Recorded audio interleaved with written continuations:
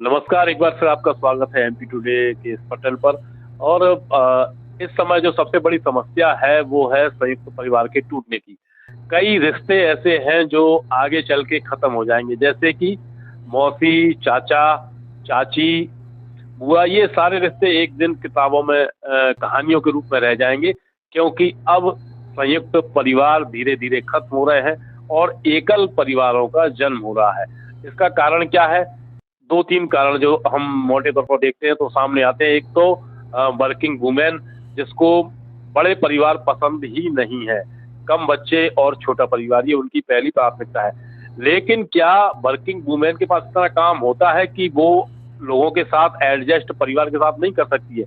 इन सभी बातों पर हम बात करेंगे श्रीमती ब्रजलता मिश्रा जी से, जो 1974 से वर्किंग वुमेन है और उनका बहुत बड़ा परिवार था, जिसमें बहुत सारे देवर, बहुत सारी देवरानियां, उनके साथ साथ ननद और भी बहुत सारे बच्चे। और वो कैसे मैनेज करती थी उस स्थिति में जब घर में कोई नौकर भी नहीं था? नमस्ते ब्रजलता मिश्रा जी। आप वर्किंग वुमेन भी हैं और एक संयुक्त परिवार को एक साथ जोड़ने वाला धागा भी। तो कैसे आपने किया ये सब? और आजकल तो बड़ी त्रासदी है कि आज जो महिला हैं वो वर्किंग वुमेन है, अगर तो वो एकल परिवार चाहती है, तो आप कैसे कर लेती थी? जी देखिए, हमारा विवाह 1973 में हुआ और उस समय हमने जब नौकरी करने की इच्छा प्रकट की तो हमारे घर में सभी ने मना कर दिया, क्योंकि हमारा बड़ा परिवार था।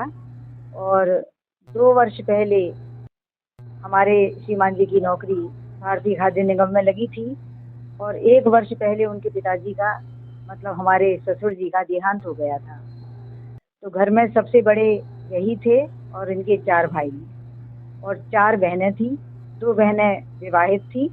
जब हमारा विवाह हुआ तो 2 बहनें पहले से विवाहित। एक बात और बताएं, जैसे आजकल ये चलता है कि छोटा परिवार हो, लोग देखते हैं तो वहाँ शादी करेंगे लड़की की।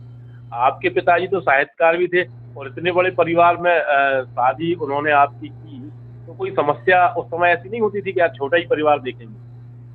नहीं, ऐसा कुछ नहीं था, क्योंकि हमारी माँ की ये शिक्षा थी। उनका कहना था कि बड़भागियों का ही बड़ा परिवार होता है, बड़े भाग्य से बड़ा परिवार मिल होता है। और हमने बच्चों को ऐसी शिक्षा दी है कि हमारे बच्चे निभा लेंगे, ये उन्हें पूरा विश्वास था। इसलिए कभी छोटा या बड़ा परिवार नहीं, बस परिवार अच्छा होना चाहिए, लोग मिलनसार हों और अच्छे हों, मानसिकता अच्छी हो, इसी बात पर ध्यान उन लोगों ने दिया। अच्छा, आप अपने टाइम का मैनेजमेंट कैसे करते थे? भाई, स्कूल भी जाना है, आप टीचर थे, उसके बाद परिवार भी देखना है, इतने सारे लोगों के लिए भोजन आदि की व्यवस्था करनी, कैसे होता था ये? जी कर लेते थे। उस समय तो गैस के चूल्हे थे नहीं, लकड़ी कंडे और मिट्टी का चूल्हा होता था और लकड़ी कंडा पर ही रोटी बनाते थे।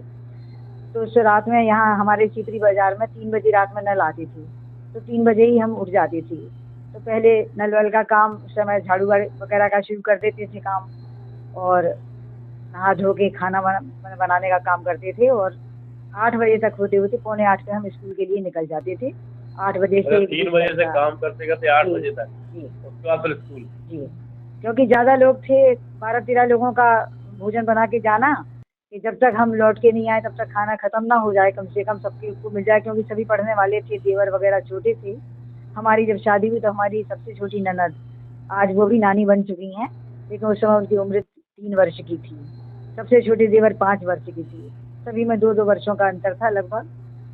तो काफ़ी बड़ा परिवार था।